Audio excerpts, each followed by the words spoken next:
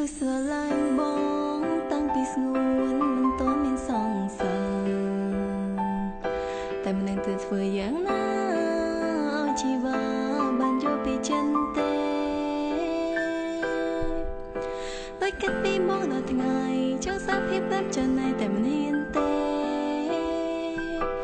ព្រោះនាងមេនឹងអូនទៅស្គាល់គ្នាតែយូរយូរទៅអារម្មណ៍នាងក៏ស្រឡាញ់បងខ្លាំងយូរយូរក៏អូនដឹងថាមិនស្រួលមានសរសើររួចហើយតែធ្វើខ្លួនដូចជាគ្មានបញ្ហាមិនខ្វល់ថាបងមានសង្សារឡើយត្រឹមឲ្យពុំយើងបានជួបគ្នា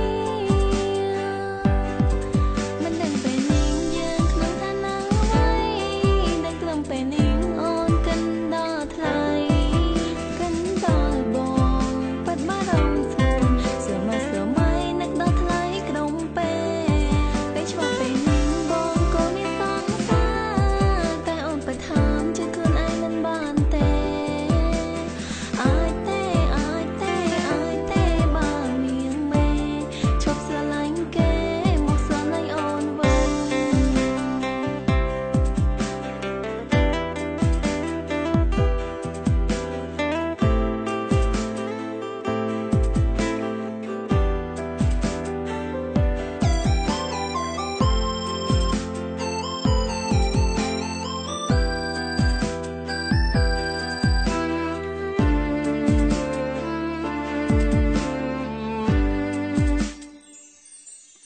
លុះស្រឡាញ់បងតាំងពីស្ងួនមិនទាន់មានសង្សារតែមិនដឹងទៅធ្វើយ៉ាងណាឲ្យជីវ៉ាបានយកពីចិនទេដូចកាត់ពីមកដល់ថ្ងៃចង់សារភាពប្រាប់ចំណៃតែមិនហ៊ានទេព្រោះនាងមេនឹងអូនទៅស្គាល់គ្នាតែយូរយូរទៅ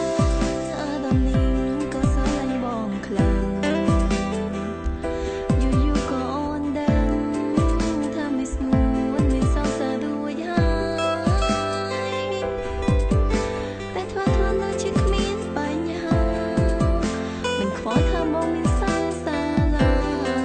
ត្រឹមឲ្យពុំយើងបានជួ